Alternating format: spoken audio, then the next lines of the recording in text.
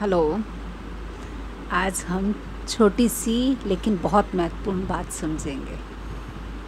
भाषा।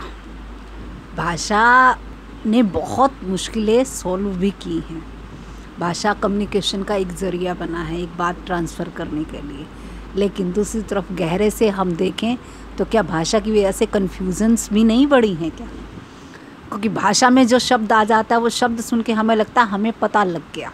जैसे भगवान। अब भगवान शब्द से उसकी गहराई थी, लेकिन हम क्या करते हैं, हम भगवान शब्द सुन लिया और हम सोचते हैं हमने जान लिया। ऐसे ही हमने सुन लिया आग को जान लिया। ऐसे ही गुस्सा, ऐसे ही किसी को कहते हैं ईर्ष्यालु है ये बंदा, ये वो है। मतलब गहरे में जाने की बजाय एक दिमाग फुल स्टॉप लगा देता है एक शब्द के द्वारा। सामने एक बंदा जीवित जागृत खड़ा होता है, उसकी एक इमोशन और एक गलती की वजह से हम लोग उसके ऊपर टैग लगाते ये ऐसा ही है, और उसके बाद हम उसके गहरे जा नहीं पाते। कारण ये है कि भाषा का शब्द आ गया।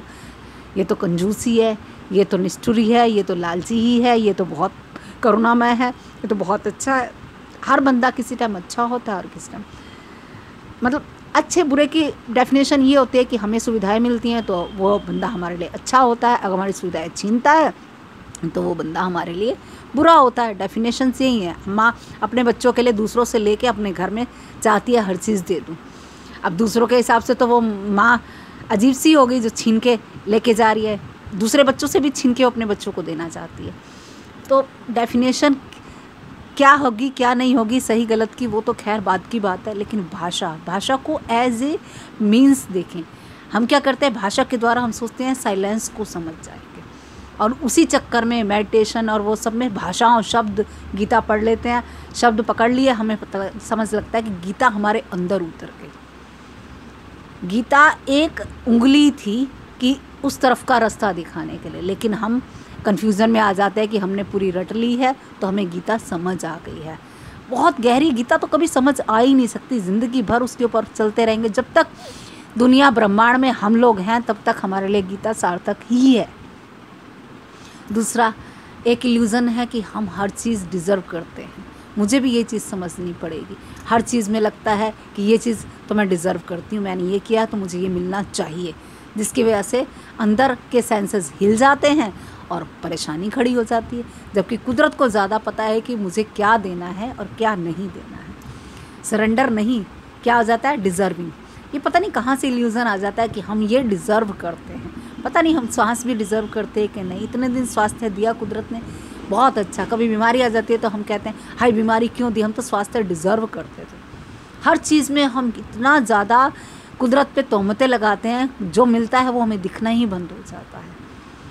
इसके लिए मुझे बहुत काम करने की ज़रूरत है। जो माइंड में ये चलता है ना कि हाँ शिकायत है, 3 चीज़ें बोली थी ना, ब्लेम, रोना और शिकायत, इन तीनों को बार बार देखना होगा। जब भी ये डिज़र्व इल्यूज़न आता है दिमाग में कि हम हर चीज़ डिज़र्व करते हैं, छोटी सी चीज़ तो मांगते हैं, वो छोटी सी चीज़ के लिए पूरा ब्रह्मांड लगता है। वो तब छोटी सी चीज़ एग्जिस्टेंस में आती है। छोटी सी चीज़ भी, पानी भी कोई ऐसे ही नहीं, अब कई ग्रहों पे पानी है ही नहीं, हम पानी को बहुत छोटी सी चीज़ मानते हैं। हम कहते हैं हमने 1 गिलास पानी ही तो मांगा है, हमने यही तो मांगा है, हमने सिर्फ वही तो मांगा है। अब उतने में उसके लिए बहुत कुछ काम करेगा तब वो चीज़ हमारे हाथ में आती है। आज इतना ही, कल फिर बात करते हैं। आज छोटी वीडियो है पर बहुत महत्वपूर्ण है।